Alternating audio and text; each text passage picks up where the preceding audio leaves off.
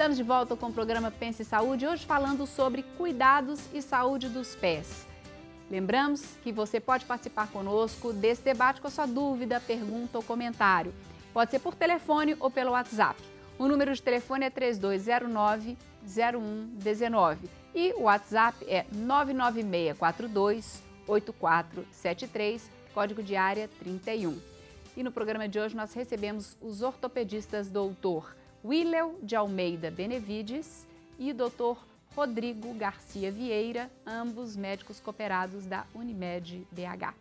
E no bloco anterior nós falamos sobre a escolha de calçados, principalmente para mulheres, mas algumas pessoas precisam de calçados especiais, às vezes corredores, atletas, pessoas com alterações na pisada ou até mesmo diabéticos que precisam usar calçados especiais. Nós conversamos com a fisioterapeuta Isabela Albuquerque Zenha, especialista em saúde dos pés. E ela trabalha fabricando calçados feitos sob medida, de acordo com a necessidade do cliente. Então vamos acompanhar a matéria de Ágata Almeida. Para saber sobre os cuidados essenciais ao escolher sapatos, conversamos com a fisioterapeuta Isabela Albuquerque. Na hora de comprar um calçado, observar se ele está no tamanho correto, se está realmente confortável, com aquela história de que o sapato vai ceder, daqui a pouco melhora. Isso geralmente não acontece e aí isso acaba machucando os pés, né? Então usar um sapato adequado. Para fazer uma caminhada, comprar um tênis adequado, confortável, que você se sinta bem, com um bom amortecimento. Então esses são alguns cuidados que são essenciais para poder ter um pé saudável.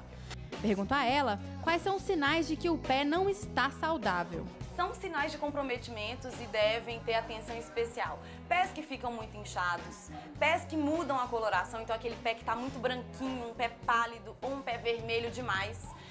Observar muito bem as unhas, ver se essa unha não está mudando a coloração, se ela está um pouco arroxeada ou esbranquiçada, pequenas bolhas, ferimentos, úlceras de pressão. Então, qualquer mudança nesse sentido, é importante que a pessoa procure um médico ou um fisioterapeuta de confiança. Isabela também nos fala o que fazer caso precisemos de um calçado específico para os nossos pés. A gente tira um molde desse pé, faz um molde no gesso e na espuma. A pessoa vai pisar, a gente vai conseguir ver exatamente como é que foi essa pisada. A partir desse molde a gente consegue jogar a massa para poder fazer a palmilha. E aí depois a gente envia para a fábrica e consegue fazer o calçado exatamente da maneira que a pessoa precisa. Esse calçado especificamente é um calçado feito por uma cliente diabética, então ele é um calçado que foi solicitado pelo endocrinologista da cliente. É um calçado que ele apesar de macio, ele tem um solado rígido, isso é super importante para quem tem diabetes. Ele tem um saltinho, então não é um calçado que é rasteirinho, isso protege também os pés. Essa parte da frente que a gente chama de cabedal, ela é um pouquinho mais alta, então não deixa ter o contato diretamente com os dedos, né? E por dentro um calçado que não tem costura. Então, no caso, esse calçado foi feito especificamente para uma pessoa. Ele é feito com todas as medidas especiais para essa cliente.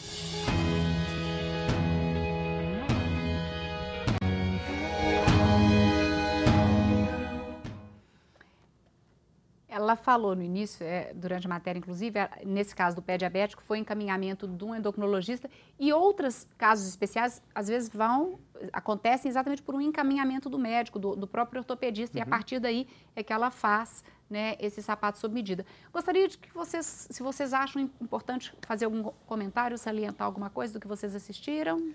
Ah, sim, sem dúvida. A matéria da Isabela é muito importante, muito ilustrativa, né? O que a gente observa, isso é rotina do dia a dia, meu e do Rodrigo, não só pacientes diabéticos, mas pacientes que têm outras malformações, que têm determinadas patologias, em que um calçado de fábrica ou manufaturado, normalmente ele não vai se adaptar bem àquele caso, ele tem que ser realmente feito com as medidas corretas, com as correções dos problemas e tal. Então isso é de extrema importância e realizado com uma certa frequência hoje.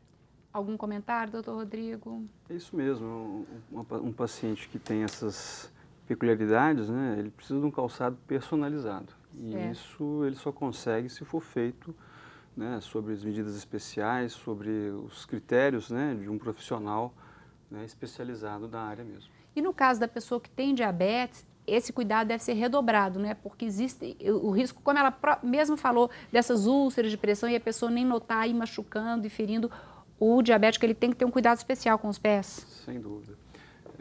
O diabético ele tem que ser observado antes mesmo do aparecimento das famosas feridas, né, as lesões aparentes, né? Deve ser observado o status de um pé em risco, né? O pé diabético, o primeiro momento é se analisar se o pé está em risco. Se ele tem déficit sensorial, se ele tem alterações de ressecamento, se ele tem deformidades. Então, isso já caracteriza um pé em risco, né, diante de um paciente diabético. Então, a partir daí, você vai propor um calçado, às vezes uma palmilha, que vai dar atender essa necessidade do paciente. É interessante que ela falou no início, que às vezes a pessoa fala, ah, não, você pode comprar esse calçado que ele vai ceder. E mulher, ela calça o sapato, qual é o seu número? Depende, qual desse modelo, qual o número que tem? 37, não, eu calço 38, meu 37 vai servir. Eu gostei desse, eu quero esse. Foi esse que eu gostei. Você ia comentar um negócio, eu te interrompi, doutor William? Ah, sim, não, a grande importância disso que o Rodrigo falou, porque no pé diabético não adianta você prescrever o calçado depois que o leite derramou, ou seja, depois que aconteceu a úlcera. Então, você tem que trabalhar numa fase pré-lesão, ou seja, o objetivo é proteger o pé, para que não aconteça aquela ferida, aquela úlcera aí. Depois eu vou querer falar, a gente viu muita palmilha ali, ela mostrando não só o calçado, mas a palmilha. Vou querer que vocês expliquem as indicações de palmilha, mas só que antes a gente conversou com a fisioterapeuta e depois dessas explicações dela, nós fomos também em busca de orientações sobre cuidados com os pés mesmo. E aí nós conversamos com a podóloga Adriane Rocha. Vamos ver.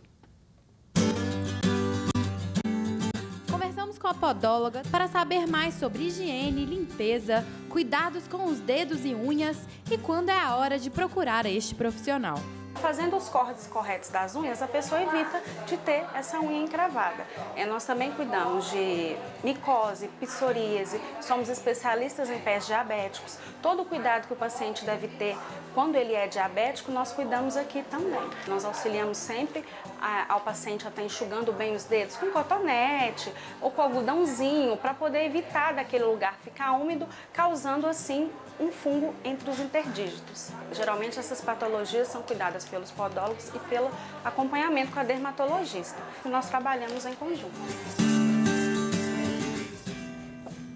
Ela falou de um fato que eu acho interessante, que é cortar a unha às vezes de uma maneira errada e gerar a unha encravada, que pode trazer sérias consequências, né? Sem dúvida, Algumas pessoas têm a bordungueal, ela não é exatamente retinha. Então, a bordungueal, ela acaba, em algumas pessoas, machucando esse cantinho da unha ali. Então, o ideal nessas pessoas é que você deixe a unha crescer um pouco mais, passe da bordungueal e corta a unha retinha. Mesmo, né? Se você começar a cortar o cantinho dela, ela vai crescer e volta a machucar essa região da bordungueal. E isso desencadeia a infecção parungueal ali. A gente está falando muito sobre cuidados na hora de andar, na hora de escolher o sapato. E o Daniel Rodrigues, lá do Bar Cachoeirinha, já mandou pelo WhatsApp a seguinte pergunta. E descanso? Existe um tempo ideal para o repouso dos pés? Porque a gente falou da ação deles, mas não falando do descanso. Existe um tempo, uma maneira ideal, uma massagem, alguma coisa? Não sei exatamente. Não existe esse tempo, né? Não existe essa quantidade de tempo necessária ou um padrão de descanso. Mas o descanso é necessário para o corpo todo, né? A gente, quando faz atividade física, geralmente a gente alonga ou antes ou depois da atividade física. E o pé faz atividade física o dia inteiro, caminhando e levando a gente de um lado para o outro. Esse tipo de alongamento ou mesmo uma massagem que você possa fazer, isso de alguma forma auxilia, entra como um cuidado preventivo para os pés, doutor Rodrigo? Eu acho que sim, eu acho que é importante.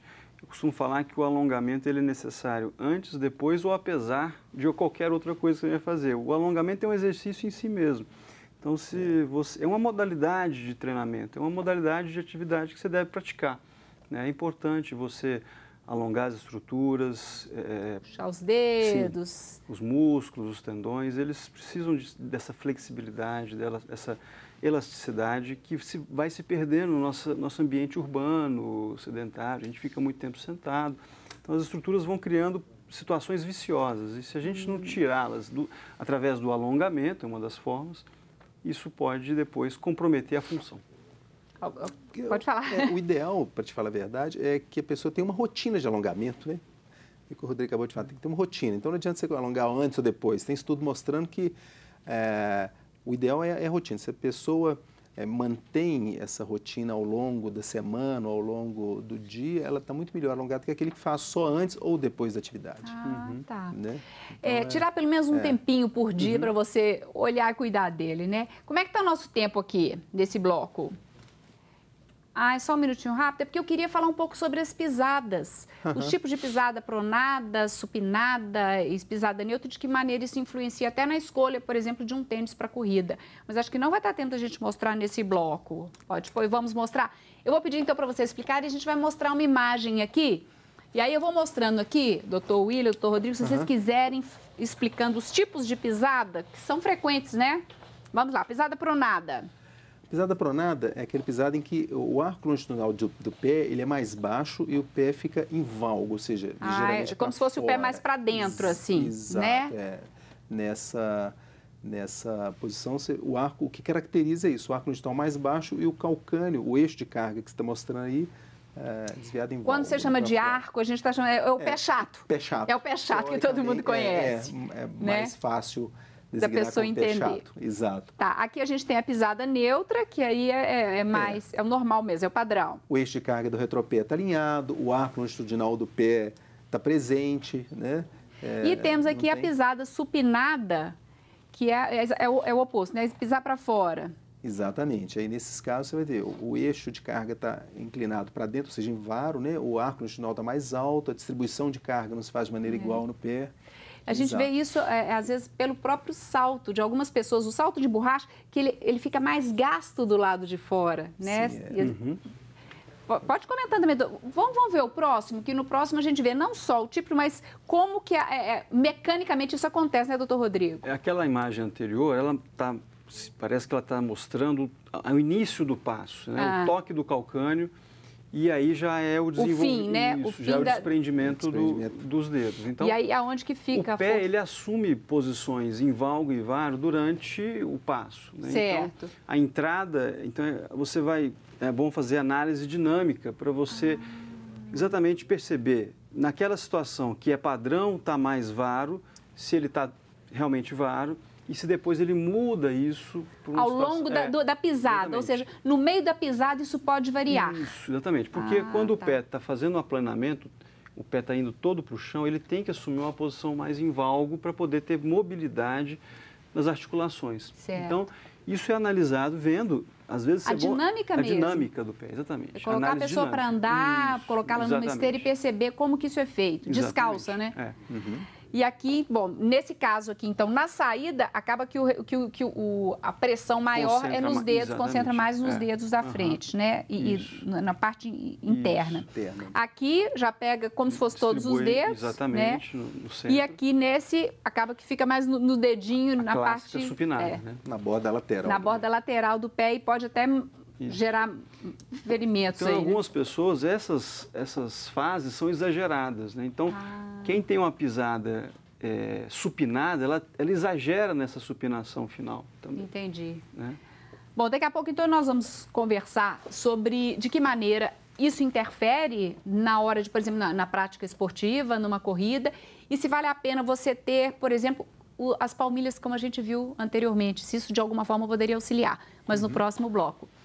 Nós vamos para um rápido intervalo e aproveite para participar com a gente com a sua dúvida, pergunta ou comentário. Lembrando que o telefone é 3209-0119 e o WhatsApp é 99642-8473. O intervalo é rápido, voltamos em instantes.